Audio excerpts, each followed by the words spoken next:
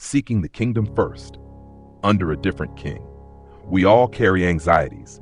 They take different shapes depending on our season of life, our culture, our responsibilities, or the moment we find ourselves in. Some of us worry about provision, others about health, relationships, the future of our children, or the stability of the world around us. The details change, but the ache underneath them is familiar.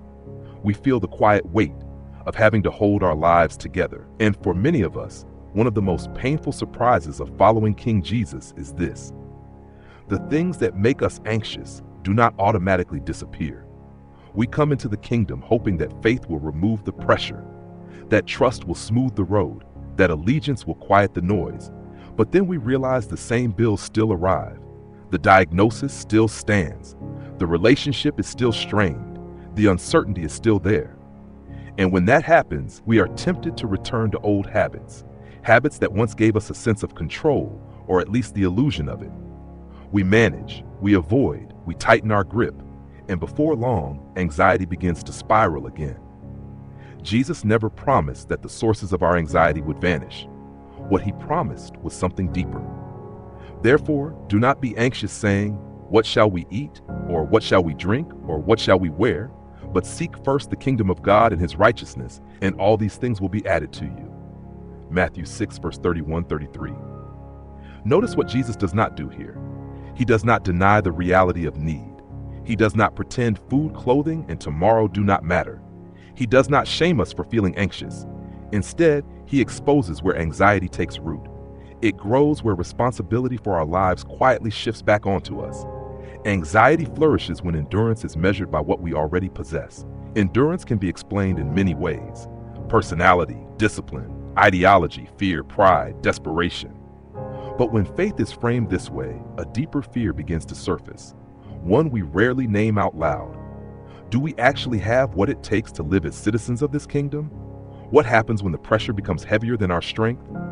The honest answer is both unsettling and freeing. We do not have that strength in ourselves, and we were never meant to. Jesus does not ask us to arrive with all the raw material already in place. He specializes in forming what does not yet exist. Weakness is not a liability in the kingdom. It is the starting point. The call to seek first the kingdom is not a demand for heroic resolve, but an invitation to shift allegiance. Who carries the burden? Who defines security? Who holds the future? This is where the promise of peace enters, not as a coping strategy, but as transformation. Peace in the kingdom is not the absence of threat. It is the presence of trust. The external circumstances that produce anxiety may remain unchanged, but internally, something real begins to take shape. We are no longer alone with the weight of sustaining our lives. We are no longer the final line of defense against loss, uncertainty, or suffering.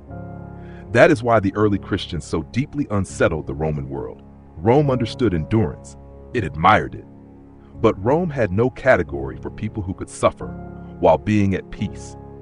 These were not trained warriors or disciplined philosophers. They were ordinary men and women with ordinary lives, no special preparation for imprisonment, loss, or death. What bound them together was not temperament or training, but allegiance to a different king. Their peace could not be explained, only witnessed. This is what Paul was pointing to when he wrote, "I have learned in whatever situation I am to be content." Philippians 4:11. He had known abundance in need, freedom, and confinement. And then he says the line we so often misunderstand, "I can do all things through him who strengthens me." Paul was not claiming unlimited ability. He was confessing settled faithfulness. He could remain loyal, grounded, and at peace under any condition God allowed, because his strength no longer came from within himself. It was supplied through relationship. That is why Peter invites us, casting all your anxieties on him, because he cares for you. 1 Peter 5, verse 7. This is not a call to denial. It is a transfer of burden. Jesus understands because he lived in our skin. He knows hunger, fear, rejection, and grief. He does not stand at a distance offering encouragement. He walks with us, carrying what we were never meant to carry alone. Seeking the kingdom first does not remove the valley of the shadow of death. It changes how we walk through it. This is how those who live in allegiance to King Jesus can find peace, even while anxiety still presses in. Not because the threats disappeared, and not because the valley is removed, but because peace no longer depends on our ability to manage, control, or hold everything together. This is the peace of Jesus that surpasses understanding, not as a fleeting feeling, but as a way of life formed over time. A life where anxiety no longer has the final word, where fear no longer governs the inner world, and where trust slowly takes root beneath circumstances that remain unresolved. This is not just the absence of anxiety we long for, it is a life shaped by peace. And this is the promise held out to us as we learn to live life under a different king.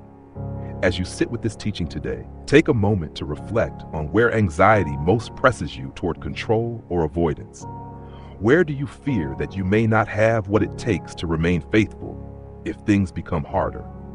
And where might Jesus be inviting you to trust that the peace he offers is not shallow reassurance, but a real formation of the heart over time? If you're willing, share your reflections or questions in the comments so we can learn and walk this journey together.